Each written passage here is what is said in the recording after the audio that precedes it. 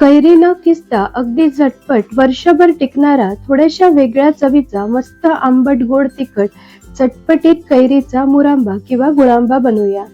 गुळांबा चपातीला किंवा पराठ्याला लावून त्याचा रोल करून तुम्ही मुलांना दिला तर अगदी आवडीने खातील. शिवाय हा गुळांबा मुलांना डब्यालाही देऊ शकता. मुरांबा बनवण्यासाठी इथे मी 2 तोतापुरी कैऱ्या घेतल्यात. ही कैरी थोडी कमी आंबट असते. आता कैरीचं साल काढून घेऊ. आपण कैरी न किसता मुरांबा बनवतोय. त्यासाठी कैरीचे तुकडे करून यातील कोय काढून टाकायची आणि याचे छोटे छोटे तुकडे करून घ्यायचे. हे पहा याप्रमाणे. आता व्हेजिटेबल चॉपर घेऊन यामध्ये हे कैरीचे तुकडे टाकून चॉप करून घ्यायचे. तर हे पहा, अगदी झटकेपट कमी मेहनत मध्ये छान कैरीचा किस तयार झालाय. आहे की नाही सोपी पद्धत? आता एक जाड कढई घ्यायची आणि कैरीचा किस मोजून घ्यायचंय. घरातील एखाद्या वाटीने किंवा कपने कैरीचा किस मोजून घ्या. तर 2 वाटी कैरीचा किस आहे. आता जेवढा किस तेवढाच आपल्याला गूळ किंवा साखर लागेल. तर मी 1.5 वाटी बारीक चिरलेला गूळ आणि अर्धी वाटी साखर घेतली आहे. तुम्ही पूर्णपणे गूळ किंवा साखर वापरू शकता. पण एकदा अशा पद्धतीने मुरांबा बनवून पहा, खूपच चविष्ट लागतो. गूळ साखर यामध्ये व्यवस्थित मिक्स करून घेतली. गुळांबा बनवताना नेहमी केशरी रंगाचा गूळ वापरावा, म्हणजे गुळांब्याला रंग छान येतो. आता हे झाकून 10 मिनिटं असंच ठेवून द्यायचं, म्हणजे गूळ साखरेला पाणी सुटेल. तोपर्यंत एक मसाला करू. नेहमीच्या चवीपेक्षा थोड्या वेगळ्या चवीचा आपण गुळांबा बनवतोय. त्यासाठी मिक्सरच्या भांड्यात घेऊया 1 चमचा बडीशोप, अर्धा चमचा जिरे, 4 काळा मिरी, 2 लवंग, 1 हिरवी वेलची, 1 चमचा लाल तिखट, चवीपुरतं मीठ टाकून हे मिक्सरला फिरवून घेऊ. हे पहा, छान मसाला तयार झालाय. मस्त मसाल्याचा सुवास दरवळतोय.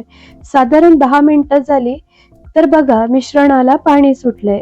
आता कढई गॅसवर ठेवून गुळांबा शिजवून घेऊया. 2-3 मिनिटांनी बघा गूळ साखर विरघळली आहे. याला अधूनमधून हलवत राहा. कमी गॅसवर गुळांबा आपल्याला शिजवून घ्यायचंय. आता यामध्ये ऍड करूया मगाशी तयार केलेला मसाला. खरी जादू या मसाल्याचीच आहे. या मसाल्यामुळे मस्त आंबट गोड तिखट चव गुळांब्याला येते. आता गुळांब्याचा घट्ट पाक होईपर्यंत शिजवून घ्यायचंय. फार वेळ लागत नाही, 7-8 मिनिटं लागतात. गुळांबा खूप जास्त घट्ट करायचा नाही, कारण गुळांबा थंड झाल्यावर आणखीन थोडा घट्ट होतो. तसेच गुळांबा कडक होऊ शकतो. त्यामुळे थोडा पातळसरच ठेवायचा. गुळाच्या पाकाला चिकटपणा आला पाहिजे आणि कैरी शिजली पाहिजे. या 2 गोष्टी चेक करायच्या. तर इथे गुळांबा तयार आहे. गॅस बंद करून गुळांबा पूर्णपणे थंड करून घेऊ. तर तुम्ही पाहू शकता गुळांबा थंड झाल्यावर घट्ट झालाय.